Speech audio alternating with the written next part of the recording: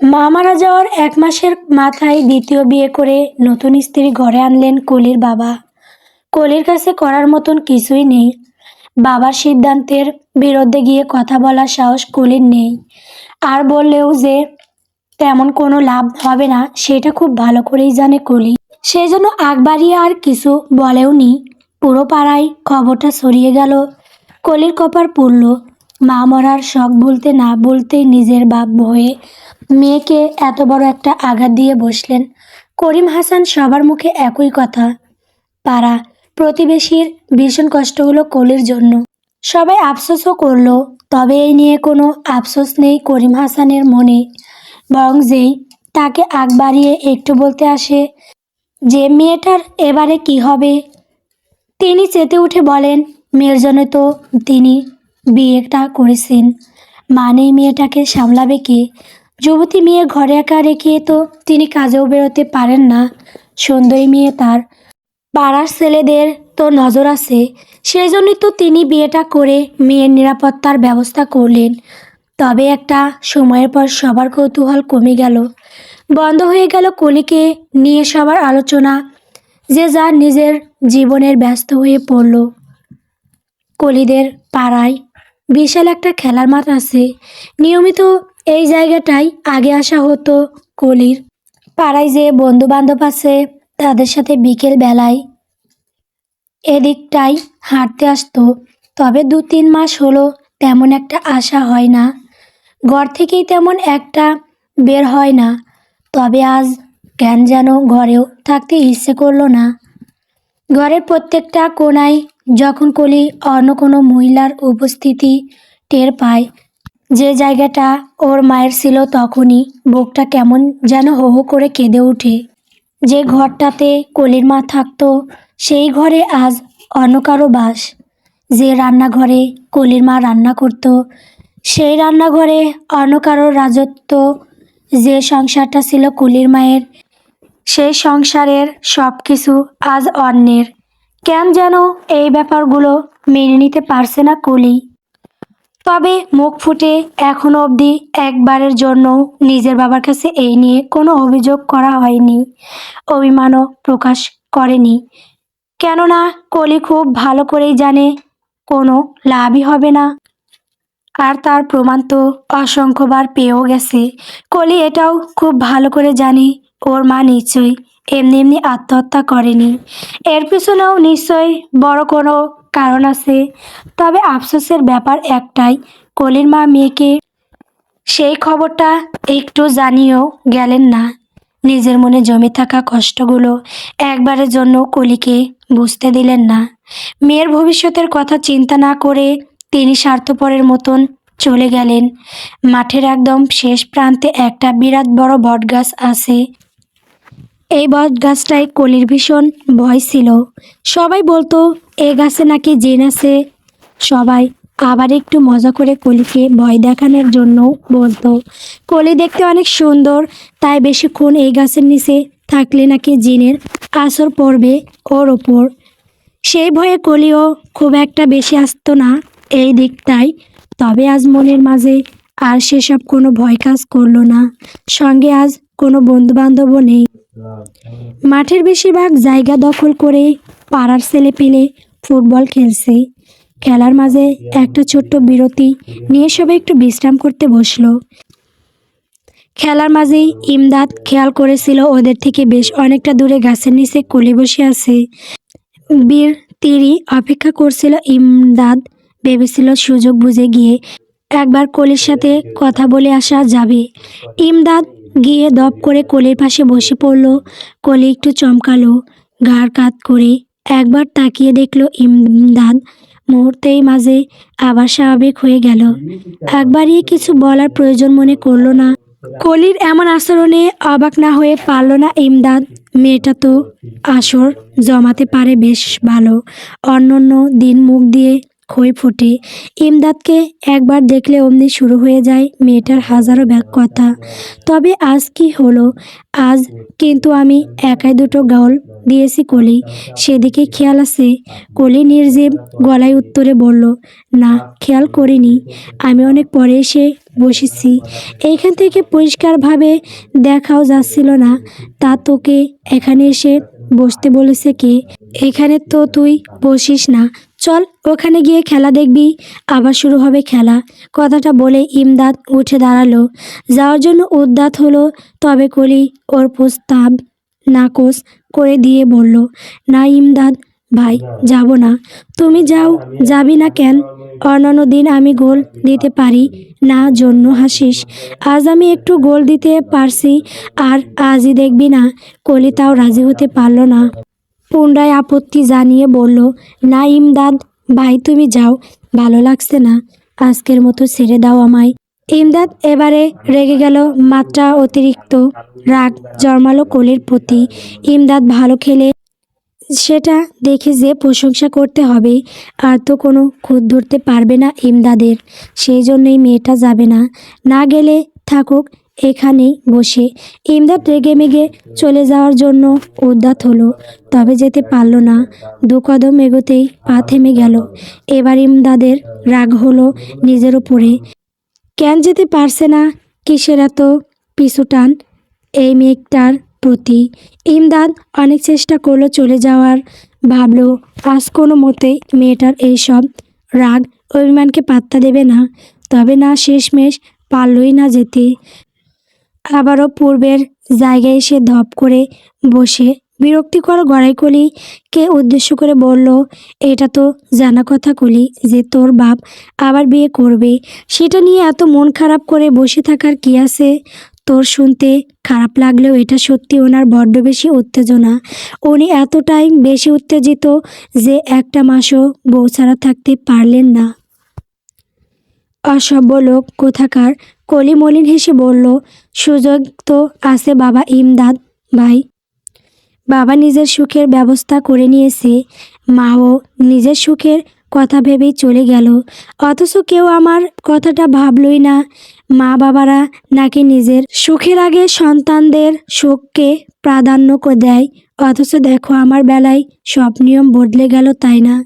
ইমদাদের কষ্ট হলো মেয়েটার জন্য, প্রাণোচ্ছল চঞ্চল মেয়েটা এই কথা দিনের ব্যবধানে কেমন যেন শান্ত হয়ে গেছে, আজকাল আর কোনো আড্ডায় কলিকে দেখিয়া যায় না। পড়াশোনার প্রতিও মেয়েটা কেমন যেন উদাসীন হয়ে পড়েছে, পরীক্ষায় খারাপ রেজাল্ট করছে, ঘরেই যে শান্তি নেই। ইমাদের কণ্ঠটা এবার একটু নরম হলো, কলিকে বোঝানোর ভঙ্গিতে বলল, দেখ কলি, যা হওয়ার সে তো হয়ে গেছে, এখন আর মন খারাপ করে কোনো লাভ নেই, পুরুষ মানুষ এমনই হয়, শালা কয়েকটার জন্য পুরো পুরুষ জাতির বদনাম হয়ে যায়। কলি আর কোনো উত্তর দিল না ইমদাদের কথার, চুপচাপ সেখানে বসে রইল। ইমদাদও বাড়তি কোনো কথা বলল না, গাছের সাথে গা এলিয়ে দিয়ে সেও বসে রইল। খেলার জন্য ডাকলো, তবে ইমদাদ গেল না। কলিকে এখানে একা রেখে যেতে ইচ্ছে করলো না। বেশ কিছুটা সময় এমন নীরবতার মাঝে অতিবাহিত হওয়ার পর কলি উঠে দাঁড়িয়ে ইমদাদকে উদ্দেশ্য করে বলল, এখন বাড়ি যাই ইমদাদ ভাই, বাড়িতে অনেক কাজ পড়ে আছে, সন্ধ্যা হয়ে যাচ্ছে, বাবা যদি বাড়ি ফিরে দেখে আমি বাড়ি নেই অনেক রাগারাগি করবে। ইমদাদও উঠে দাঁড়িয়ে বলল, আমি এগিয়ে দিয়ে আসবো। না লাগবে না, ছোটবেলা থেকে এখানেই বড় হয়ে উঠলাম, আবার বাড়ি পর্যন্ত এগিয়ে দিতে হবে নাকি? একটা প্রশ্ন করি তোকে কলি, ঠিকঠাক উত্তর দিবি কেমন? কলি মাথা নাড়িয়ে ইমদাদকে আশ্বস্ত করে বলল, ঠিক আছে বলো। তোর সৎমা কি তোকে মারে, খুব অত্যাচার করে তাই না? কলি মলিন হেসে বলল, না তো, উনি খুব ভালো। তাহলে এত মনমরা হয়ে থাকিস কেন? যদি উনি ভালোই হয়ে থাকেন, উনি ভালো বাবার চোখে, উনি না আমাকে বকাবকি করেন, না আমার গায়ে হাত তোলেন, উনি সবটা খুব সুন্দরভাবে আমার বাবাকে দিয়েই করান, এভাবেই আমার বাবার চোখে উনি ভালো, আর সেই জন্য আমারও ওনাকে ভালোই বলতে হয়। ইমদাদ ফের বলে উঠল, তুই খুব কষ্টে আছিস তাই না কলি? আমি কি করে তোর এত কষ্ট কমাই বলতো? আমায় একটা উপায় বলে দে তুই, তোর নীরবতা আমায় ভীষণভাবে পোড়াচ্ছে, আমি জানি না কেন, তবে তোর কষ্টে আমার নিজের অস্থির লাগছে। কলি ফের মলিন হেসে বলল, কেন আবার ইমদাদ ভাই, করুণা হচ্ছে তোমার আমার প্রতি, বাকি সবার যেমন আমার প্রতি করুণা হয় তেমনই তোমারও তাই হচ্ছে। আসি। কথাটা বলে কলি চলে গেল। ইমদাদ কলির যার পথে তাকিয়ে বিড়বিড় করে বলল, শুধুই করুণা না কলি, তোর প্রতি আমার অনুভূতি বাকিদের থেকে আলাদা, বাকিদের থেকে অনেক তীব্র। তবে সেটা কি আমি নিজেও বুঝে উঠতে পারি না। ইমদাদও আর মন টিকলো না সেখানে, আর খেলতেও যাওয়া হলো না। নিজেও নিজের বাড়ি চলে এলো। কলির পিছনেই এসেছে, তবে কলি সেটা টের পায়নি। কলি ওর বাড়িতে ঢুকতেই ইমদাদও নিজের বাড়িতে চলে গেল। পাশাপাশি বাড়ি, খুব বেশি দূরত্বও না। বাড়ির সামনে বেশ অনেকটা জায়গা উঠোন হিসাবে ব্যবহার হয় ইমদাদের বাড়িতে। সেই উঠোনের মাঝ বরাবর ওর মা আখি রান্নাঘরে বসে রান্না করছেন। মাঠ থেকে ফিরে হাত মুখ ধুয়ে একটু বিশ্রাম নিয়ে ইমদাদ পড়তে বসছিল। সামনেই স্নাতক প্রথম বর্ষের পরীক্ষা। রেজাল্ট খারাপ করলে বাড়িতে টিকতে পারা মুশকিল হয়ে যাবে। এমনিতেই পড়া ইমদাদের ভালো ছাত্র হিসেবে বেশ সুখ্যাতি ছিল, এখন আর তেমন একটা নেই। ছোটবেলা থেকে ভালো রেজাল্ট শুনতে শুনতে সবাই এখন যেন অভ্যস্ত হয়ে গেছে। সবারই ধারণা ছিল ইমদাদ কোনো একটা ভালো ভার্সিটিতে চান্স নিশ্চয়ই পাবে। ইমদাদেরও নিজের উপর আত্মবিশ্বাস ছিল। ইচ্ছে ছিল বইটা পড়ার, তবে সেখানে চান্স হয়নি। নিজের ওপরে রাগ আর অভিমান থেকে ইমদাদ আর কোনো ভার্সিটিতে পরীক্ষাও দেয়নি। সর্বশেষ জাতীয় বিশ্ববিদ্যালয়ে ভর্তি হয়ে গিয়েছে। বই খুলে পড়ায় একটুও মনোযোগ দিতে পারল না। বারবার কলির মুখটা মনে পড়ে যাচ্ছে। বারবার শুধু মনে হচ্ছে মেয়েটা খুব অসহায়, খুব কষ্টে আছে কলি। কলিকে এতটা মনমরা হয়ে থাকতে কখনো দেখেনি ইমদাদ। এভাবে কলিকে দেখতে অভ্যস্ত নয় ইমদাদ। মনটা কেমন যেন অস্থির হয়ে আছে। পড়ার টেবিলে কোনো মতেই মন বসাতে পারল না ইমদাদ। বইটা বন্ধ করে উঠে গেল মায়ের কাছে। অন্ধকার হয়ে গিয়েছে। আখি তখন রাতের রান্না করতে ব্যস্ত। ইমদাদ গিয়ে একটু টুল টেনে নিয়ে মায়ের পাশে বসলো।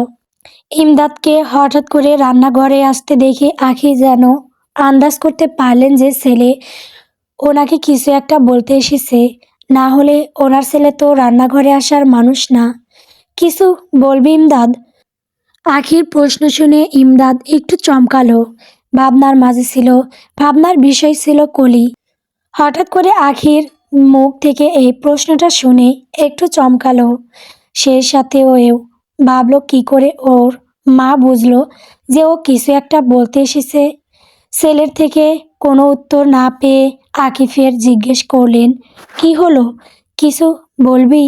ইমদাদ আমতা আমতা করে বলল, মা একটু কথা ছিল তোমার সাথে। হ্যাঁ বল। ইমদাদ ইতস্ত গলায় বলল, কলির খোঁজ খবর নাও তুমি? আখি ব্রু কুঁচকে বললেন, মানে কিসের খোঁজ খবর নেওয়ার কথা বলছিস? ওর বাবা ওর গায়ে হাত তোলে মা। ওর সৎ মা ও খুব একটা সুবিধার না। বুঝতেই পারছো কয়েকদিন হচ্ছে মেয়েটার মা মারা গেছে। এর উপর একেই তো সৎ মা, তার উপরে আবার বাবার এমন বাজে ব্যবহার। আখি একটা দীর্ঘশ্বাস ছেড়ে বললেন, সে তো জানি বাবা, কিন্তু কি করব বল, ওনার মেয়ের উপর ওনার অধিকার আছে। আমরা পাড়া প্রতিবেশী, কিছু বলতে গেলেই ঝামেলা হবে। কিছু বলতে গেলে উনি একটা অজুহাত দেখান। বাবা হয়ে মেয়েকে শাসন করছেন, এতে আমরা কোনো অধিকারে কথা বলছি? ইমদাদ রাগে ফুঁসে উঠে বলল, বাবা হয়েছেন জন্য যা ইচ্ছে তাই করতে পারে না? কলি যথেষ্ট বড় হয়েছে, এভাবে ওর গায়ে হাত তুলতে পারেন না উনি কারণে অকারণে। সেটা তুই আমি বলার কেউ না। এই পাড়ায় আরও অনেক মানুষ আছে, কারোর অজানা না যে কলির বাবা ওর সাথে কেমন ব্যবহার করে। তাই তুই কিংবা আমি একা কিছু বলে কোনো কিছুই করতে পারবো না। ইমদাদ ফের রাগে ফুঁসে উঠে বলল, কলির বাপকে সোজা করার জন্য আমি একাই যথেষ্ট। আর যদি কখনো দেখেছি কলির গায়ে হাত তুলেছে, ওর খবর আছে। ইমদাদ কথাটা বলে উঠে চলে যেতে ধরলে ওর মা হাত টেনে ধরে ছেলেকে আবার পুনরায় টুলে বসতে ইশারা করলেন। আখি মাটির চুলায় এক ফালি সেরা কাক দিয়ে ছেলের দিকে ঘুরে বসে ব্রুকুসকে বললেন, কলিকে নিয়ে তোর এত চিন্তা কেন ইমদাদ? ইমদাদকে একটু বিচলিত হতে দেখা গেল। এলোমেলো দৃষ্টি ফেলে মৃদু তুতলানো গলায় আখিকে উদ্দেশ্য করে বলল, এমনিতেই ছোটবেলা থেকে চিনি মেয়েটাকে, খারাপ লাগবে না? ছোটবেলা থেকে আমিও কলিকে চিনি, বাকি সবাই কলির পুরো পরিবার ওকে চেনে। কারোরই কলির প্রতি তোর মতন এত দরদ নেই। ইমদাদ এবারে বিরক্তিকর গলায় বলল, তুমি অযথা একটা স্বাভাবিক কথাকে টেনে বেড়াচ্ছ মা। ছাড়ো তো, ঘরে যাব, পড়তে বসতে হবে। একটা যুবতী মেয়ের সাথে যুবক ছেলের এত মেলামেশা কিন্তু কেউই ভালো চোখে দেখে না ইমদাদ। তোর যথেষ্ট বয়স হয়েছে এইসব বোঝার। কলি পরের বিয়ে, ওকে কিছু বলার অধিকার আমার নেই। তবে তুই আমার নিজের পেটের ছেলে, তাই তোকেই বোঝাতে পারবো অনেক কথাই, কিন্তু আমার কানে আসে প্রতিবেশীদের। তোর বাবারও এই বিষয়টা পছন্দ না। এখানে আবার পছন্দ অপছন্দের কি আছে? কি করি আমি আর কলি? মনে রাখিস ইমদাদ, এটা বিদেশ নয় যেটা দুটো ছেলে মেয়ের বন্ধুত্ব মানুষ ঠিক নজরে দেখবে। নানানজন নানান রকমের কথা বলে। কলির কথাগুলো আমায় বললি ঠিক আছে, তবে তোর বাবার সামনে যেন ভুল করেও এই কথাগুলো তুলিস না। আর একটা কথা, কলির সাথে মেলামেশা কমা, আর ওকে নিয়ে তোর এত চিন্তা করতে হবে না। ওর পুরো গোষ্ঠী আছে ওকে নিয়ে চিন্তা করার জন্য। আখির কথার সাথে কোনো মতেই সম্মতি জানাতে পারল না ইমদাদ। চিন্তা করবে না কেন? অবশ্যই চিন্তা করবে। কলির পুরো গোষ্ঠী আছে জন্য ইমদাদ চিন্তা করে ছেড়ে দেবে নাকি? অদ্ভুত সব কথাবার্তা বলে মানুষজন। কারোর কি হৃদয় নেই নাকি? ওই ফুলের মতো ফুটফুটে মেয়েটাকে অযথা কারণ ছাড়া মারে। কেউ তো প্রতিবাদ করেই না। আবার ইমদাদ প্রতিবাদ করতে চাইলেও দোষ। আবার বলে যেন ওকে নিয়ে না ভাবে। বসা থেকে উঠে দাঁড়িয়ে মৃদু গম্ভীর গলায় আখিকে উদ্দেশ্য করে বলল, তোমাদের কাউকে চিন্তা করতে হবেও না কলিকে নিয়ে। এমনিতেও কলি খুব বেশি দিন থাকবেও না এই পাড়াতে। একবার ইমদাদকে কিছু একটা করতে দাও, কলিকে নিয়ে চলে যাবে এখান থেকে। ছেলের কথা শুনে আখি চোখ দুটো বড় বড় হয়ে গেল। কিঞ্চিত চেঁচিয়ে উঠে বললেন, চলে যাবি মানে? কোথায় নিয়ে যাবি তুই কলিকে? কলি কেন তোর সাথে যাবে? ইমদাদ নির্ভয়ে উত্তরে বলল, সময় হলে এমনিতেই টের পাবে, কলিকে আমি নিয়ে যাবই। কথাটা বলে ইমদাদ হন হন করে হাঁটতে হাঁটতে ঘরের ভিতরে চলে গেল। আখি হাঁ করে সেখানে বসে রইলেন। কিছুক্ষণ মেরে বসে থাকার পর নিজেই নিজেকে বোঝালেন, ছেলের বয়স কম, আবেগের বশবর্তী হয়ে হয়তো কথাগুলো বলে ফেলেছে। আর একটু বয়স হলে ঠিক বুঝবে। রাতে বাড়ি ফিরে খাওয়া দাওয়া শেষে কলিকে নিজের ঘরে ডেকে পাঠিয়েছে ওর বাবা করিম সাহেব। কলিকে ডেকে পাঠানোর কারণ, কলির নামে কিছু অভিযোগ এসেছে ওনার কানে। দরজার কাছে জড়সড় হয়ে মাথা নিচু করে দাঁড়িয়ে আছে কলি। বিছানার উপরে বসে আছে করিম সাহেব আর ওনার স্ত্রী রোজিনা। রোজিনা স্বামীর কাছে অভিযোগ করছেন কলির নামে। অবশ্য তিনি বুঝতে দিচ্ছেন না যে এগুলো ওনার অভিযোগ, বরং এমনভাবে কথাগুলো স্বামীর কানে তুলছেন যে ওনার কলির জন্য চিন্তা হচ্ছে, জন্য এভাবে বলছেন উনি কথাগুলো। উনি তো আর কলির নিজের মা না, তাই কলিকে শাসন করার অধিকার নেই। যদি শাসন করেন তবে কলিও কষ্ট পাবে। পাড়ার লোকজনও কথা বলবে যে নিজের মা হলে এভাবে বলতে পারতো না। সেই জন্য উনি কথাটা কলির বাবাকে বললেন। স্ত্রী থেকে সব কিছু শোনার শেষে করিম সাহেব গম্ভীর গলায় কলিকে উদ্দেশ্য করে বললেন, ইমদাদের সাথে তোমার কিসের এত মেলামেশা? কলি মৃদু কেঁপে উঠল, ভয়ার্থ গলায় বলল, তেমন কিছু না বাবা, ওই দেখা হলে টুকটাক কথাবার্তা হয় আর কি। কলিকে আর কিছু বলার সুযোগ না দিয়ে রোজিনা নিজ থেকে বলে উঠলেন, তাই নাকি কলি? যদি শুধু এতটুকুই হয় তবে পাড়ার মানুষ এত কথা বলে কেন? রোজ বিকেলে তোমার এত বাড়ি থেকে বের হতে হয় কেন? তাও সেই বড় খেলার মাঠটায় গিয়ে বসে থাকো, যেখানে ইমদাদ রোজ বিকেল করে ফুটবল খেলে। আন্টি, আমি আজ অনেকগুলো দিন পর বাড়ি থেকে বের হয়েছি। প্রায় 2 মাস হলো আমি বাড়ি থেকে বের হই না বিকেল করে। 1 মাস হলো কলেজ যাওয়া শুরু করেছি। আপনি কেন বলছেন যে আমি প্রতিদিন বিকেলে বাড়ি থেকে বের হই? কলি কথাটা বলতেই করিম সাহেব ধমকে উঠে বললেন, উনি তোমার মা হয়, আন্টি করে ডাকছো কেন? এসব বেয়াদবি কার থেকে শিখেছো? না, উনি আমার মা না। যে আমার মা ছিল সে চলে গেছে আমায় ছেড়ে। করিম সাহেব তাচ্ছিল্য ভরা গলায় বললেন, সে তোমার কেমন মা ছিল দেখলে না? অযথা একটা ছোট বিষয়কে কেন্দ্র করে আত্মহত্যা করলেও তোমার কথা একবারও না ভেবে। আর তোমার ওই মা তোমায় কত ভালোবাসে, তোমার কথা কত চিন্তা করে। কলি ছলছল চোখে করিম সাহেবের দিকে তাকিয়ে বলল, আমার মাও অযথা এক কারণে আত্মহত্যা করেনি বাবা। যদি আমার মায়ের মৃত্যুর কারণটা অযথা হতো, তবে আমার মায়ের মৃত্যুর 1 মাসের মাঝে তুমি দ্বিতীয় বিয়ে করতে পারতে না। উনি তোমার দ্বিতীয় স্ত্রী হতেই পারে, তবে আমার মা না। আর উনি যে আমায় কতটা ভালোবাসেন সেসব আমি জানি। তুমি তো চোখের সামনে একটা পর্দা ঝুলিয়ে বসে আছো, বেশ তেমনই থাকো, তবে আমায় জোর করো না। কলি কথাটা বলতেই রোজিনা কেঁদে উঠে বললেন, এই জন্য বলি পরপরই হয়। আমি তোমার সৎ মা, নিজের মা তো আর না। যতই ভালোবাসি না কেন, তবু আমার ভালোবাসার চোখে পড়বে না। থাকো, তুমি ওকে জোর করে না। কলি রোজিনার দিকে তাকিয়ে অবিশ্বাস্য গলায় বলল, এত নাটক কী করে করেন আপনি? আমার বাবার চোখে আমায় খারাপ বানিয়ে কী লাভ আপনার? আমি তো আপনার কোনো ক্ষতি করিনি। না, আপনার এই বাড়িতে আসা নিয়ে আপত্তি জানিয়েছি, তবে অযথা কেন আমার নামে বাবার কাছে মিথ্যা অভিযোগ করছেন? কলি কথাটা বলতেই করিম সাহেব মেয়ের দিকে তেড়ে গিয়ে একটা কষিয়ে চর বসালেন। ব্যথায় আর্তনাদ গড়ে উঠল কলি, তবে সেদিকে করিম সাহেবের কোনো খেয়াল নেই। অন্যদিকে রোজিনা ধীরে ধীরে নিজের কান্নার ব্যাগ বাড়িয়েই যাচ্ছেন। করিম সাহেব আঙুল উঁচিয়ে মেয়েকে শাসিয়ে বললেন, এরপর থেকে যদি তোমার মুখে আমি মা ডাক না শুনিছি, তবে আমি কিন্তু বলে যাব কলি যে তুমি আমার মেয়ে। কলি কোনো উত্তর দিল না। কলির থেকে কোনো উত্তর না পেয়ে করিম সাহেব আরও বেশি ক্ষিপ্ত হলেন। করিম সাহেব মেয়েকে নিজের দিকে ঘুরিয়ে দাঁড় করিয়ে ক্ষিপ্ত গলায় বললেন, তোমাকে আজ শেষবারের মতন বলে দিচ্ছি কলি, রোজিনা যা বলবে সেটাই শুনবে। এই বাড়িতে থাকতে গেলে ওর কথা মতোই তোমায় চলতে হবে। আর ইমদাদের সাথে যেন এত ঘনিষ্ঠতা তোমার আমি না দেখি।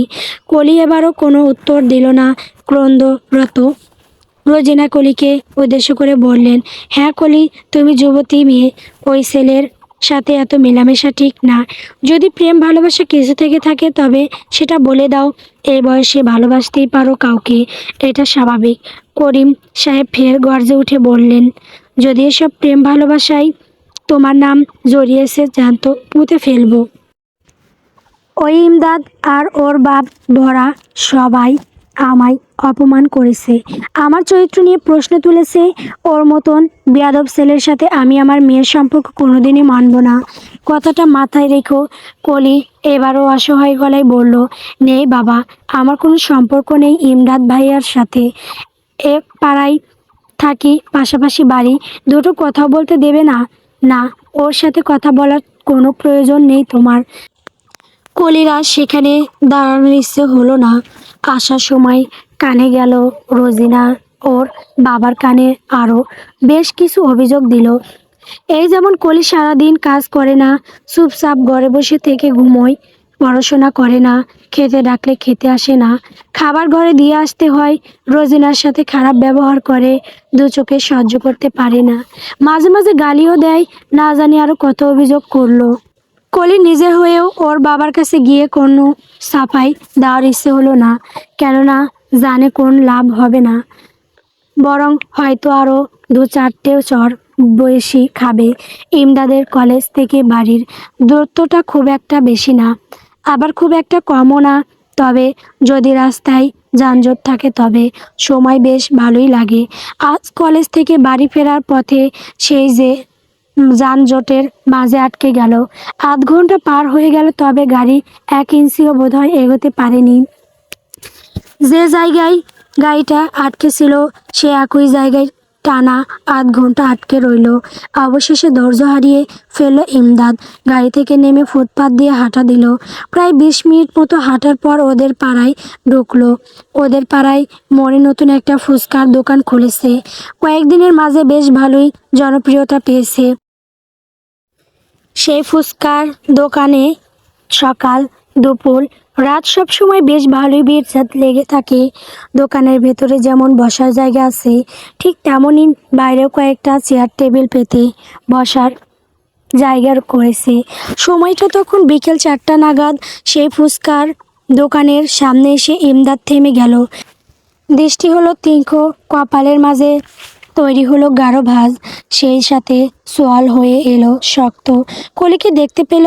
যদি কলিকে একা দেখতো তবে সমস্যা ছিল না, তবে কলির সাথে আরও বেশ কিছু ছেলে মেয়েকে দেখলো।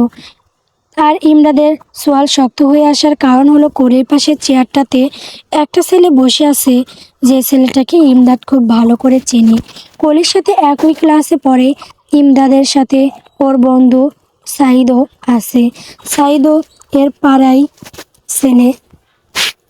ছোটবেলা থেকে ইমদাদের সাথে দারুণ বন্ধুত্ব। এখন দুজনে একসাথে অনার্সে ভর্তি হয়েছে একই ডিপার্টমেন্টে। ছোটবেলা থেকে স্কুল কলেজ সব বরাবর একই থেকেছি, তাই কখনো বন্ধুত্বের ফাটল ধরার সম্ভাবনা তৈরি হয়নি। তবে সাইদের ধারণা ছিল এসএসসির পর ইমদাদ তো নিশ্চয়ই কোনো ভার্সিটিতে চান্স পাবে। আর সাইদের এই বিষয়েও আত্মবিশ্বাস ছিল যে ও নিজে কখনোই কোনো ভার্সিটিতে চান্স পাবে না। ভেবেছিল তখন বোধহয় বন্ধুত্বটা ফিকে হয়ে যাবে। তবে ওদের বন্ধুত্ব দুর্বল হোক সেটা বোধহয় স্বয়ং সৃষ্টিকর্তাও চান না। সেজন্য দুজনকে আবার একই কলেজে ভর্তি করিয়েছেন।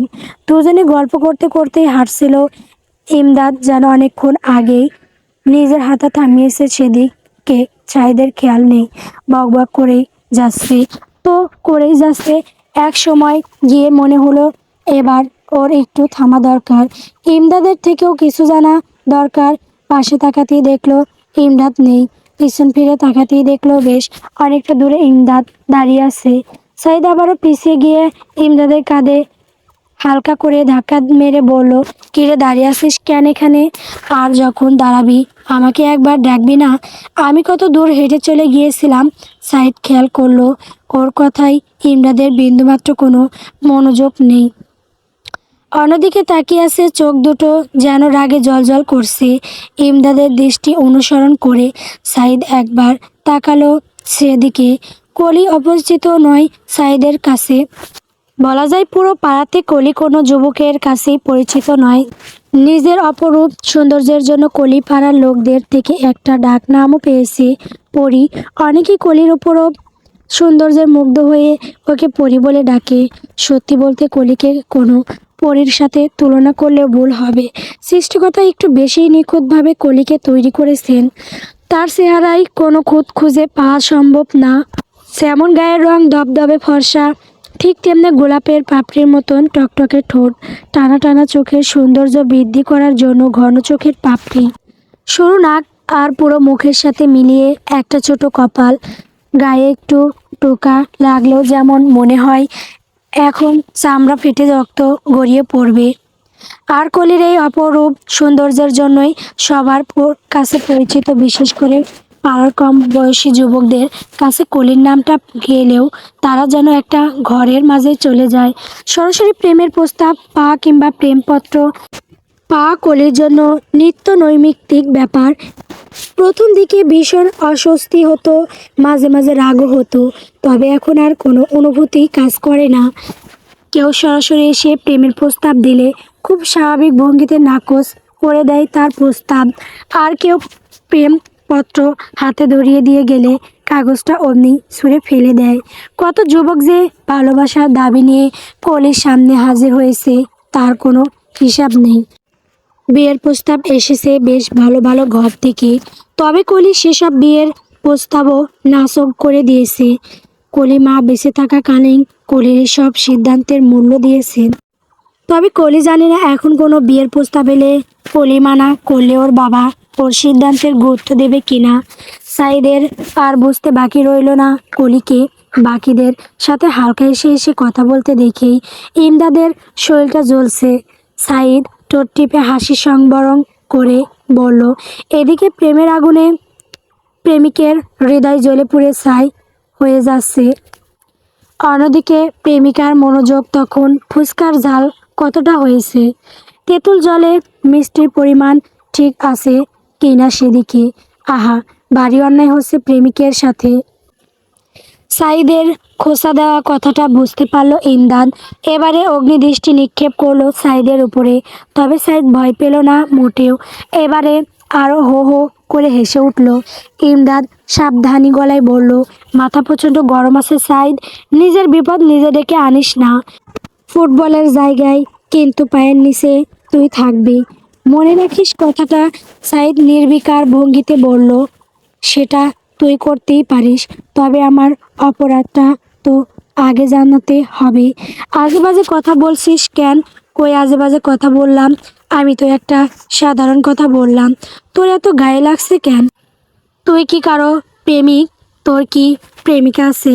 সাইদের প্রশ্নের যথাযথ উত্তর না দিয়ে ইমদাদ রাগে কটমট করতে করতে বলল, মাঝে মাঝে মনে হয় কলিকে বাড়িতে আটকে রাখাই ঠিক আছে।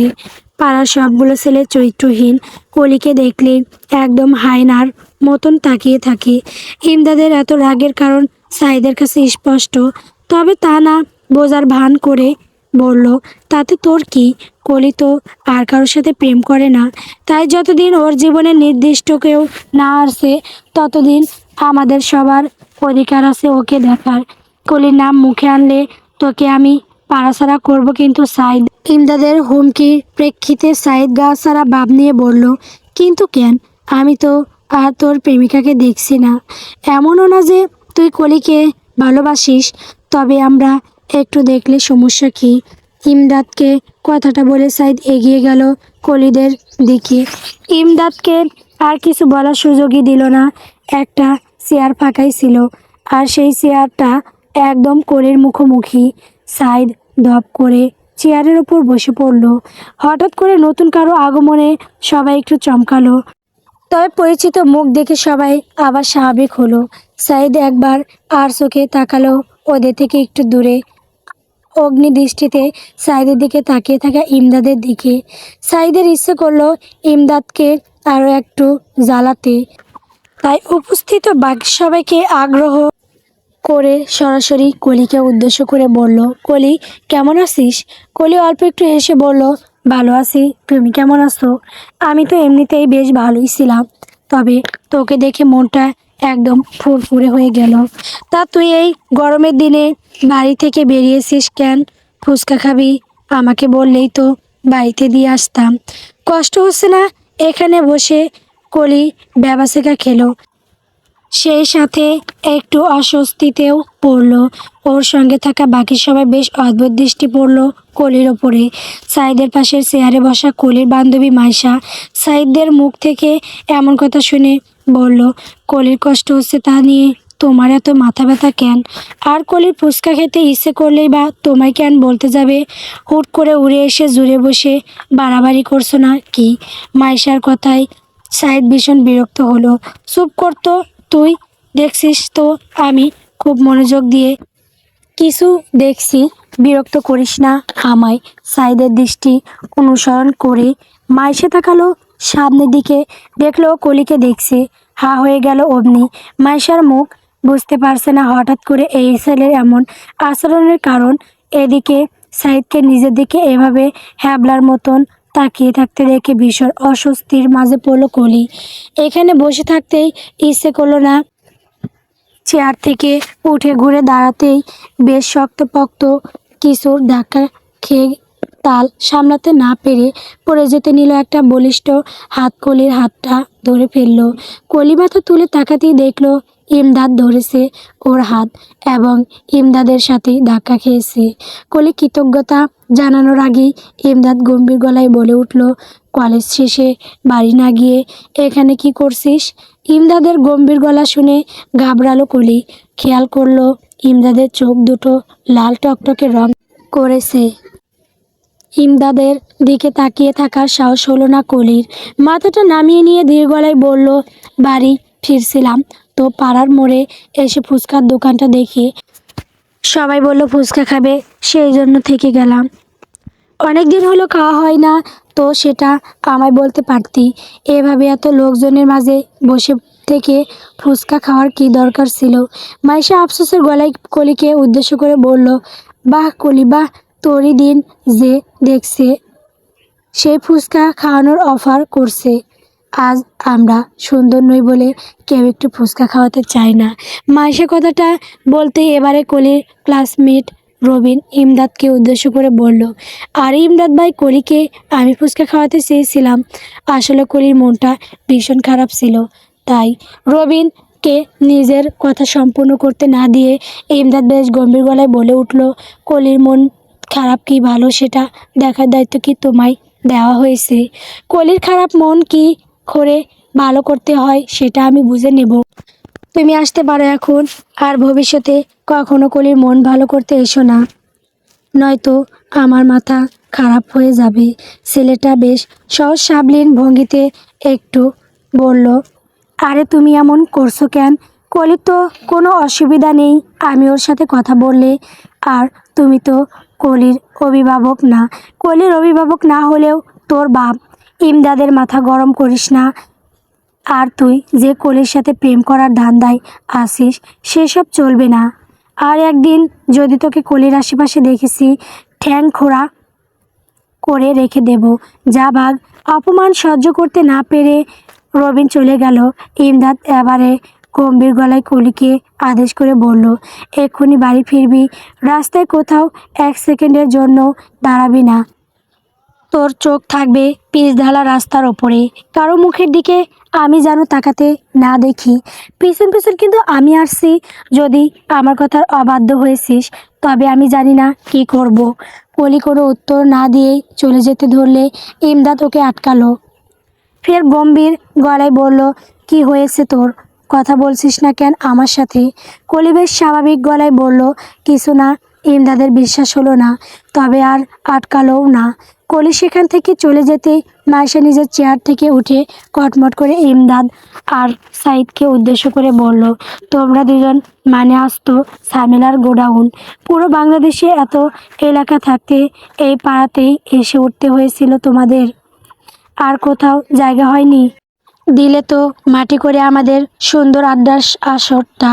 মেয়েটা সারাদিন মন খারাপ করেছিল, কলেজে কেঁদেছে ও, সেই জন্য ভাবলাম একটু মনটা ভালো করব। তোমরা এসে সব নষ্ট করে দিলে, এই জন্য সহ্য হয় না তোমাদের। কথাটা বলেই মাইশা চলে যেতে ধরলে ইমদাদ ওর সামনে দাঁড়ালো। ইমদাদ ভ্রু কুঁচকে বলল, কাঁদছিল কেন কলি? মাইশা জাজালো গলায় বলল, তোমাকে কেন বলবো, সরে যাও সামনে থেকে। মাথা গরম করিস না মাইশা, আমার মাথা গরম করবি তো কাল কলেজে গেলে ওয়াশরুমে আটকে রাখবো। মাইশা ঠোঁট বাঁকিয়ে হেসে বলল, তুমি কি করে আমাকে আটকে রাখবে? আইডি কার্ড ছাড়া কলেজে কাউকে ঢুকতে দেয় না। আর তোমার মতন গুন্ডাকে তো কোনোদিনও ঢুকতে দেবে না। তোকে সোজা করার জন্য আমাকে ঢুকতে হবে না। ওটা আমার কলেজ। কলেজের পিয়ন থেকে শুরু করে দারোয়ান সবাইকে কলেজ লাইফে অনেক সিগারেট খাইয়েছি। শুধু একবার বলা, তোকে ছাদ থেকে ফেলে দিতেও দুবার ভাববে না। আর তুই জানিস ইমদাদ যা বলে তা করেই ছাড়ে। তাই বলছি চুপচাপ বল, কলি কাঁদছিল কেন? মাইশা এবার চুপসে গেল। এই কথাটা আসলেও সত্যি, ইমরান যা বলে তাই করেই ছাড়ে। তাই আর কোনো ঝুঁকি নিল না। অকালে মরতে চায় না মাইশা। এখনও বিয়ে করা বাকি। কলির বাবা ওকে মেরেছে কেন? মেরেছে তোমার সাথে বেশি মেলামেশা পছন্দ ও না ওনার। পাড়ার সবাই নাকি কী সব বলছে। ওর সৎ মা আবার সেগুলো ওর বাবাকে বলেছে। আর ওর বাবার তো কোনো কাজ নেই, তাই মেরেছে। মানে বুঝলে, এসবের পেছনে তুমিই দায়ী। দূরে থাকবে কলির থেকে। ইমদাদ প্রশ্নাত্মক গলায় জিজ্ঞেস করলো, সেজন্য কি কলি আমার সাথে খুব বেশি কথা বললো না? হতে পারে, আমিও তো কিছু জানি না। তবে ওর বাবাও কি স্পষ্ট করে জানিয়ে দিয়েছে যেন তোমার সাথে কথা না বলে। তুমি অযথা ওর সাথে কথা বলার চেষ্টা করো না। মেয়েটার জীবনে এমনি দুঃখের অভাব নেই। এখন আসি কথাটা বলেই মাইশা যাওয়ার জন্য উদ্যত হলো। কয়েক কদম এগোলেও অমনি ইমদাদ পেছন থেকে ফের ডেকে উঠল। মাইশা বিরক্তিকর গলায় বলল, কি হলো আবার? 2 মিনিট দাঁড়া। ইমদাদ দৌড়ে গেলেও দোকানিকে উদ্দেশ্য করে ব্যস্ত গলায় তাড়া দিয়ে বলল, তাড়াতাড়ি 2 প্লেট ফুচকা দিন, পার্সেল নেব। ফুচকার প্যাকেটটা নিয়ে এসে মাইশার হাতে ধরিয়ে দিয়ে বলল, এটা কলিকে দিয়ে দিস, আর বলিস তুই কিনে দিয়েছিস, আমার নাম যেন বলিস না। মাইশা প্যাকেটটা হাতে নিয়ে বলল, আর আমি যে এই কাজটা করব, তার জন্য আমি কি পাবো? পাশের পাড়ায় রতনের সাথে যে প্রেম করিস সেটা তোর মায়ের কানে না দিলেই হলো। চুপচাপ যা। মাইশার মুখটা চুপসে গেল। ইমদাদ একদম ঠিক জায়গায় নিশানা করেছে। তাড়াতাড়ি সেখান থেকে চলে গেল মাইশা। এদিকে ইমদাদের এখন যেমন রাগ হচ্ছে ঠিক তেমনই আবার চিন্তাও হচ্ছে। সব সময় তো কলিকে বাঁচানো সম্ভব না ইমদাদের পক্ষে, ওর এতটা ক্ষমতাও নেই।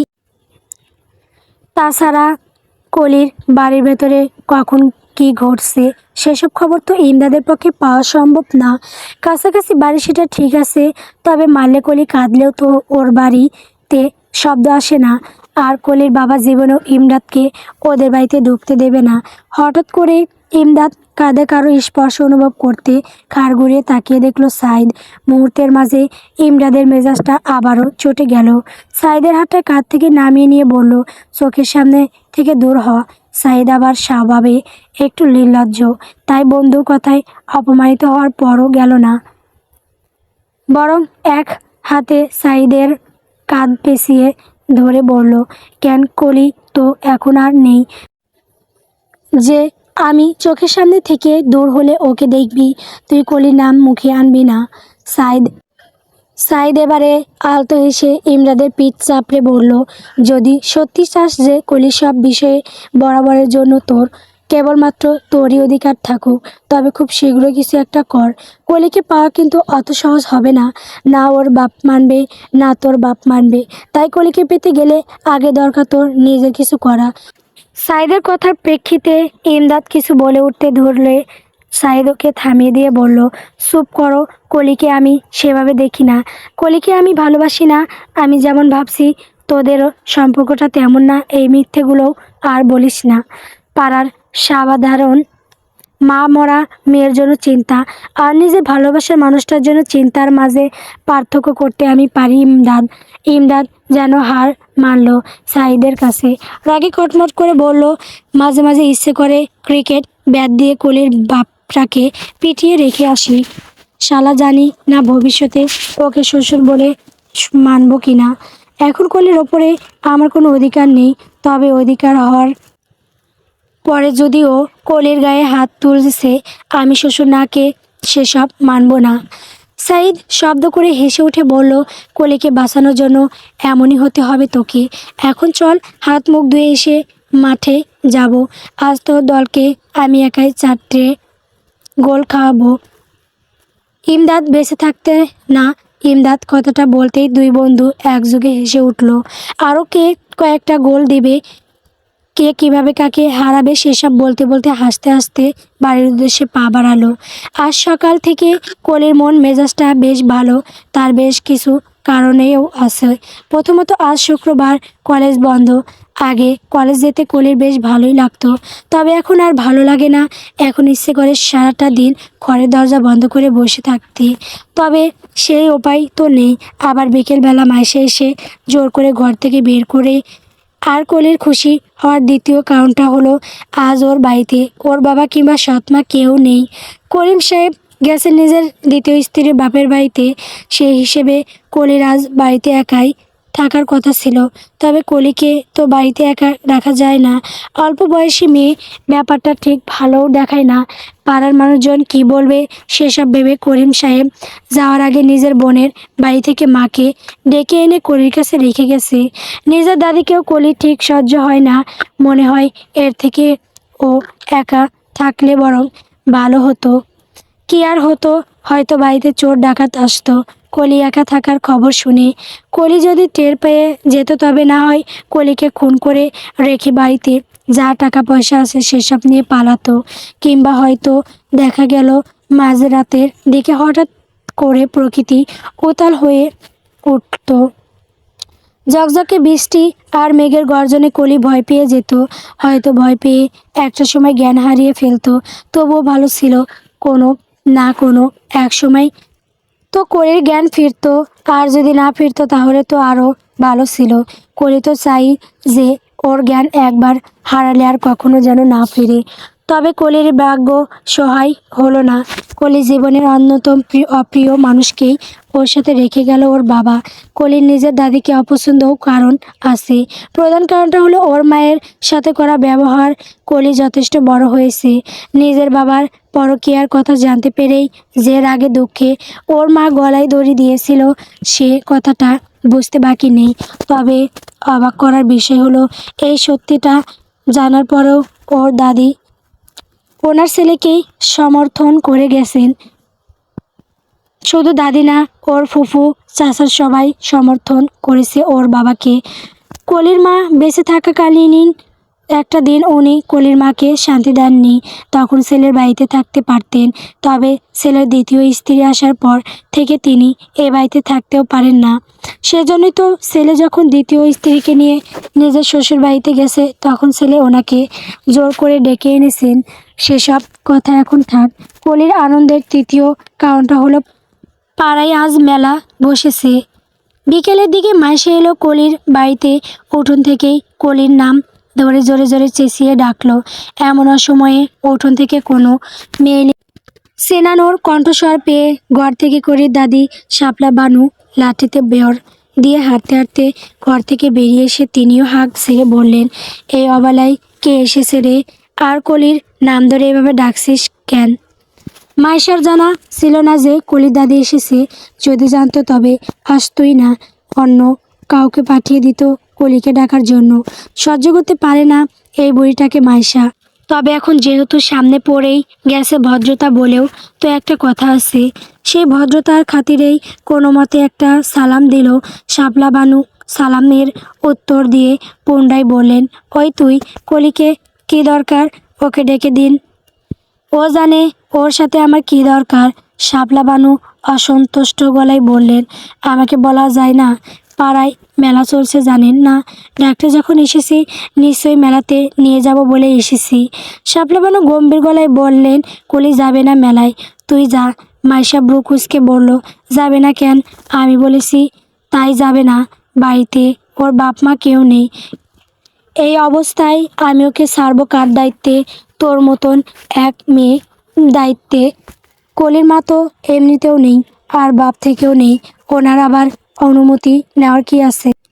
মেয়ের জন্য যদি এতই চিন্তা হতো তবে শ্বশুরবাড়ি যাওয়ার সময় মেয়েকে নিয়েই যেতেন। বুড়ো বয়সে ভীম ব্রতী করেছে, শ্বশুরবাড়ির আদর খেতে গেছে, লজ্জাশরম তো কিছুই নেই। শাপলা বানু চোখ গরম করে মাইশার দিকে তাকিয়ে বললেন, আমার বাড়ির উঠোনে দাঁড়িয়ে আমার ছেলেকে অপমান করছিস তুই? তোর মা বাপকে খবরটা দেব নাকি? মাইশা বেশ গা সারা ভাব নিয়ে বলল, তেমন কোনো অন্যায় কথা বলিনি। যে কথা পাড়ার সবাই বলে সে কথা আমিও বলেছি। যাই হোক, কলিকে ডাকে দিন। বললাম তো কলি যাবে না। মাইশার সহ্য হচ্ছে না এই বুড়ির কথা। মাথায় একদম আগুন ধরে গেছে। এবারে মুখ ফসকে বেফাস কিছু কথাই বেরিয়ে যেত হয়তো। তবে ভাগ্যিস ঠিক সময় কলি ভেতর থেকে চলে এলো। বাইরে ছুটে এসে মাইশাকে উদ্দেশ্য করে বলল, কি হয়েছে? চেঁচাচ্ছিস কেন তুই? শাপলা বানু ঘাড় ঘুরিয়ে তাকাতেই দেখলেন কলি দাঁড়িয়ে আছে। কলিকে দেখে বোঝা যাচ্ছে কোথাও যাওয়ার জন্য হালকা পাতলা একটু তৈরি হয়েছে। সাজগোজ তেমন কিছুই করেনি, শুধু একটা নতুন সালোয়ার কামিজ পরেছে। মাইশাকে কোনো উত্তর না দিতে দিয়ে শাপলা বানু শক্ত করে কলির বাহু চেপে ধরে নিজের দিকে ঘুরিয়ে দাঁড় করিয়ে বললেন, এই মেয়ে, কোথায় যাচ্ছিস? কলি ব্যথায় আর্তনাদ করে বলল, হাত ছাড়ো দাদি, লাগছে আমার। ঘরের ভেতরে যা। মেলায় যাবি না তুই? কলি এক ঝটকায় শাপলা বানুর হাত থেকে নিজের হাত ছাড়িয়ে নিয়ে বলল, যাব আমি। আমার যেখানে ইচ্ছে হবে আমি সেখানে যাব। শাপলা বানু চোখ গরম করে কলির দিকে তাকিয়ে বললেন, মেয়ে মানুষের এত নির্লজ্জ হওয়া ভালো না কলি। ঘরে যা।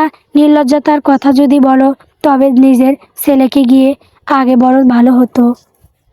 আমার শরীরে তো তোমার ছেলের রক্তই বইছে, নির্লজ্জ না হয়ে থাকি কি করে বলো?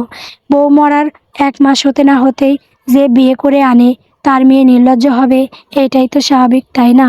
শাপলা বানু ফের কোলের বাহু শক্ত করে চেপে ধরে দাঁত পিষে বললেন, আমার ছেলের খেয়ে আবার আমার ছেলেরই দুর্নাম করিস? পেয়েছিস তো নিজের মায়ের দাস, নির্লজ্জ মেয়ে মানুষ।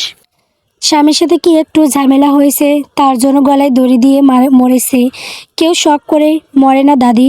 তবে তুমি যেহেতু বলছো আমার মা টুকটাক ঝামেলার কারণে গলায় দড়ি দিয়েছিল, তবে আমি দয়া করে তোমার মেয়ের সংসারেও যেন এমন টুকটাক ঝামেলাই লাগে।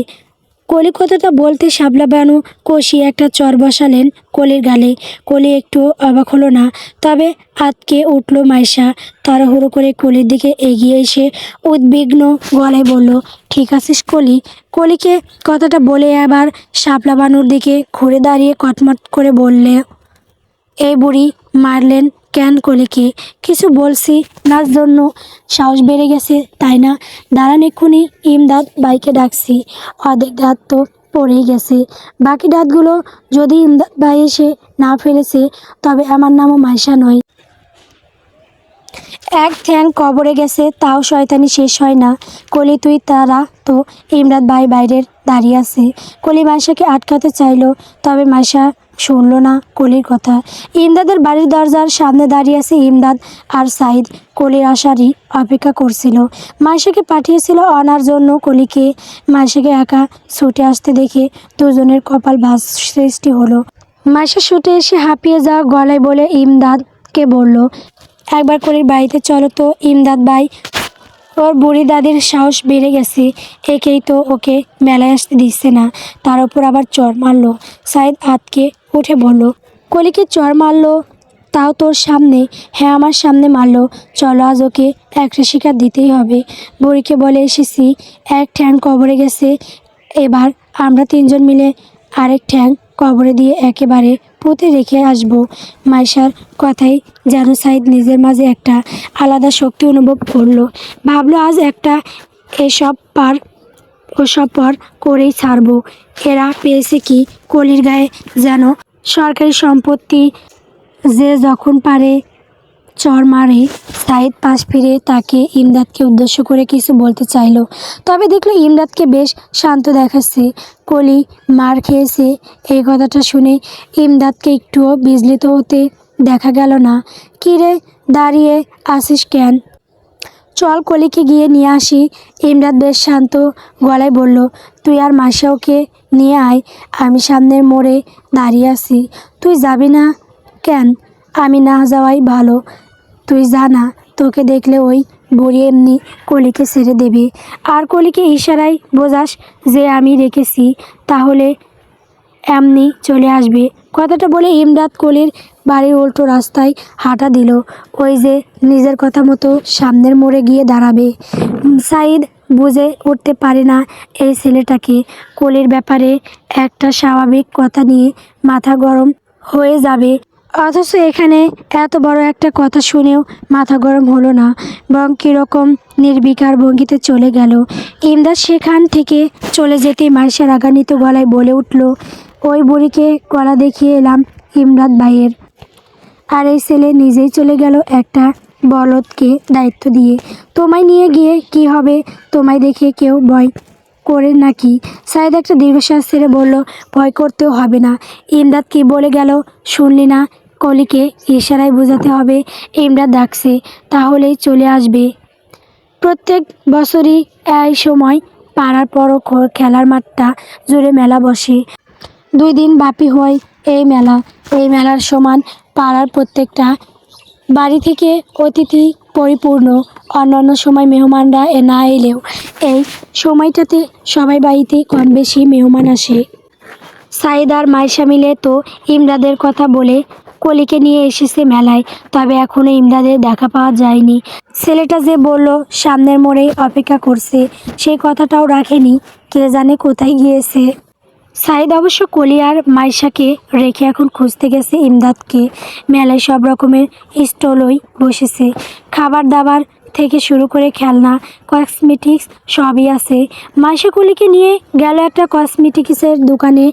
অনেক কিছু দেখার পর শেষে দুজনেরই কানের দুল পছন্দ হলো। তবে কানের দুলের দামটা শুনতেই কলির মুখটা কালো হয়ে গেল। মাইশা কানের কাছে মুখ নিয়ে গিয়ে ফিস করে বলল, চল এখান থেকে, কিনবো না কিছু। কিন্তু কেন, সুন্দর তো, দেখ তোকে মানাবে ভালো, আমাকেও মানাবে। আমার কাছে 100 টাকা আছে, আর 150 টাকা কোথায় পাবো? চল এখন না, অন্য কোনো সময় কিনবো। আরে আমি আছি না, দরকার হলে আমি কিনবো না, তোকে কিনে দেব। আরে আমরাই তো। তুই কি নিবি একবার শুধু আমাকে বল, দেখ তোরে পুরো দোকান কিনে দেব। মাইশার কথায় কলি তীব্র আপত্তি জানিয়ে বলল, মোটেও না, চল এখান থেকে, আমি কিছু কিনবো না, আমার পছন্দ হয়নি কিছু। কলির কথা মাইশা শুনতে নারাজ, আবার মাইশার কথা কলি মানতে নারাজ। দুজনে বেশ অনেকক্ষণ সেখানে জোরাজুরি চালালো একে অপরের প্রতি। এক পর্যায়ে দোকানদার নিজেই বিরক্ত হয়ে অন্য কাস্টমারদের কাছে চলে গেল। ওদের দুজনের তর্ক বিতর্কের মাঝে হঠাৎ কানে একটা গম্ভীর কণ্ঠস্বর ভেসে এলো। যদিও ওদেরকে উদ্দেশ্য করে কিছুই বলেনি, দুজনে একযোগে সামনে তাকাতেই দেখল ইমদাদ দাঁড়িয়ে আছে, দোকানিকে ডাকছে। ইমদাদকে দেখতেই মাইশা চেঁচে উঠে বলল, আরে ইমদাদ ভাই, তোমাকেই তো দরকার ছিল। দেখো তো এই কানের দুলটা দামাদামি করে 250 থেকে 100 টাকায় আনতে পারো নাকি? ইমদাদ কোনো জবাব দিল না মাইশার কথায়, এমনকি একবার ঘাড় ঘুরিয়ে ওদের দিকে তাকালো না অবধি। দোকানি সেখানে আসতে ইমদাদ ওর পিছনে দাঁড়িয়ে থাকা মাইশা আর কলিকে ইশারায় দেখিয়ে বলল, কি পছন্দ করেছে এই দুইজন? দোকানি এক জোড়া কানের দুল দেখিয়ে বলল, এটা একজন পছন্দ করেছে, অন্যটা আরেকজন নিয়ে গেছে। ওনারা দুইজন তো তর্ক বিতর্কে ব্যস্ত। মাইশা তাকিয়ে দেখলো ওর পছন্দের করা দুলটাই নিয়ে চলে গেছে। হঠাৎ করে বলে উঠল, আমারটাই নিয়ে যেতে হলো, আর আপনিও কেমন মানুষ, দিয়ে দিলেন তো কি করব? আপনি কি একবারও বলেছিলেন যে আপনি নেবেন? দোকানি হয়তো আরও কিছু বলতে মাইশাকে, তবে ইমদাদ সেই সুযোগ দিল না। যে দুলটা ওনার হাতে আছে সেটা যে কলির পছন্দ করা সেটা বুঝলো। দুলটা প্যাক করে দিতে বলল, সেই সাথে নিজে চুড়িও পছন্দ করলো কলির জন্য, সেটাও দিয়ে দিতে বলল। দুটো জিনিসই প্যাক করে নিয়ে দোকানিকে টাকা দিয়ে এতক্ষণে ইমদাদ পেছন ফিরে কলির দিকে তাকালো। দেখলো কলি মাথা নিচু করে দাঁড়িয়ে আছে। ইমদাদ জানে কলির অস্বস্তির জন্য কিংবা লজ্জায় মাথা নামিয়ে নেয়, বরং ইমদাদের সাথে কথা বলতে চায় না জন্য এভাবে দাঁড়িয়ে আছে। ইমদাদ কলির হাতে প্যাকেট দুটো দিয়ে বেশ শান্ত ভঙ্গিতে বলল, পছন্দের জিনিস কখনো অবহেলায় ফেলে রাখতে নেই, সেটা হোক কানের দুল কিংবা কোনো মানুষ। দেখলি না এই গাধাটার কানের দুল কেমন হাতছাড়া হয়ে গেল? তুই তো গাধা না কলি, তবে অবহেলা করছিস কেন? কলি চমকে মাথা তুলে তাকালো ইমদাদের দিকে। ইমদাদের সহজ কথাটাও যেন বুঝতে অসুবিধা হলো। পরশুরব প্রশ্নাত্মক গলায় জিজ্ঞেস করলো, কিসের কথা বলছো তুমি? কি অবহেলা করেছি আমি? এত অবস্থায় তোর তো বোঝা উচিত আমি কিসের কথা বলতে পারি। ইমদাদের অদ্ভুত দৃষ্টিতে কলির আবার একটু অস্বস্তি হলো। অনেক কিছু যেন আন্দাজ করতে পারলো, তবে নিশ্চিত হতে পারলো না। ফলস্বরূপ পুনরায় বলল, আমি অবুঝ, আমি বুঝতে পারছি না তুমি কিসের কথা বলছো। ইমদাদ অল্প একটু কোলের দিকে ঝুঁকে গিয়ে বলল, কেন কানের দুল? মাইশার পছন্দ করা কানের দুল দেখলি না কেমন হাতছাড়া হয়ে গেল? এভাবেই দেখবি একদিন তোরও কোনো মূল্যবান কিছু হাতছাড়া হয়ে যাবে। আজ এখানে দুলটা হাতছাড়া হলো না, তার কারণ আমি ছিলাম, তবে কোনো একদিন আমি না থাকলে কিন্তু হাতছাড়া হয়ে যাবে। তাই আমার অবর্তমানে নিজেকে আর নিজের প্রিয় জিনিসগুলোকে সামলে রাখিস। কথাটা বলেই ইমদাদ হো হো করে হেসে উঠে সেখানে এক মুহূর্তে দাঁড়ালো না, চলে গেল। কলি অবাক না হয়ে পারল না, ভেবেছিল কি আর ছেলেটা বলল কি? তবে কি কলির ধারণা বলছিল? ইমদাদ সেখানে যেতে না যেতেই কোত্থেকে যেন আবার সাইদের আগমন ঘটল। সেখানে উপস্থিত হওয়ার মাত্রই হাস্যোজ্জ্বল গলায় কলিকে উদ্দেশ্য করে বলল, কলি চল, তোকে পুরো মেলাটা ঘুরিয়ে দেখায়। নাগরদোলা আছে, উঠবি নাকি? সাইদ কথাটা বলতেই মাইশা তাড়াহুড়ো করে এসে কলিকে আড়াল করে দাঁড়িয়ে বলল, ও তোমার সাথে যাবে না, আমার সাথে যাবে। তোমার সাথে নাগরদোলায় উঠলে যদি তুমি ফেলে দাও ওকে। সাইদ ধমকের গলায় বলল, কানের নিচে লাগাবো এক সর। ফেললে তোকে ফেলতাম, কলিকে ফেলবো না। ফুলের কলি হোক কিংবা আমাদের পাড়ার কলি হোক, এদের শুধু যত্ন করা যায়, কলিদের অযত্ন করতে নেই। ঝরে পড়লে যে সমাজের সৌন্দর্য নষ্ট হবে। সাইদ কথাটা বলতেই মাইশা ঠোঁট বাঁকিয়ে হেসে বলল, তাই নাকি? তো ডাকবো নাকি ইমদাদ ভাইকে? তোমার এসব কাবিক কথাবার্তা শোনাবো নাকি? বেশি কিছু হবে না, নাগরদোলা থেকে তুমি নিচে পড়বে। সাইদ চোখ গরম করে মাইশার দিকে তাকাতেই ও থেমে গেল। তবে মাইশা সাইদকে পাত্তা দিল না। কোলের হাতটা শক্ত করে ধরে ওকে ভরসা দিয়ে বলল, চিন্তা করিস না কলি, আমি আছি তোর সাথে। কে কি করে দেখে নেব। কথাটা বলেই মাইশা কলির হাত ধরে টেনে নিয়ে যেতে ধরলে কলির অন্য হাত পেছন থেকে সাইড টেনে ধরল। কলি হকচকালো, হাতটা ছাড়ানোর চেষ্টা করে অস্বস্তি মাখানো গলায় বলল, হাত ছাড়ো সাইদ ভাইয়া। সাইদ একটুও দেরি করলো না, তৎক্ষণাৎ কলির হাতটা ছেড়ে দিয়ে সাবধান করে বলল, সন্ধ্যা হয়ে গেছে কলি, মেলায় অনেক মানুষ থাকলেও যেখানে সেখানে যাস না। ইমদাদ আমাকে বলে পাঠিয়েছে বেশিক্ষণ যেন তোকে মেলায় না রাখি। একটু ঘুরে চল, বাড়ি পৌঁছে দিয়ে আসবো। আমি চলে যেতে পারবো, চিন্তা করো না, তুমি যাও। ইমদাদ একটা দায়িত্ব দিয়েছে জন্য তোর পিছন পিছন যাচ্ছি, না হলে তোর পিছনে পড়ে থাকি না আমি। কলির আর কোনো কথা বাড়ানোর ইচ্ছা হলো না। মাইশার হাত ধরে আগে আগে হাঁটলো, ওর পিছন পিছন সাইদ হাঁটলো। ইমদাদও আশেপাশে আছে, সাইদ সেটা জানে। কলিও খোঁজার চেষ্টা করলো ইমদাদকে, তবে পেল না দেখা। আর মাইশার সেসব দিকে কোনো খেয়ালই নেই। গল্প ধুলোমাখা গড়িতে। বন্ধুরা, গল্পটি কেমন হয়েছে কমেন্ট করে বলবেন। পরবর্তী পর্ব পাওয়ার জন্য অবশ্যই আমার চ্যানেলটিকে সাবস্ক্রাইব করবেন, লাইক করবেন। ধন্যবাদ।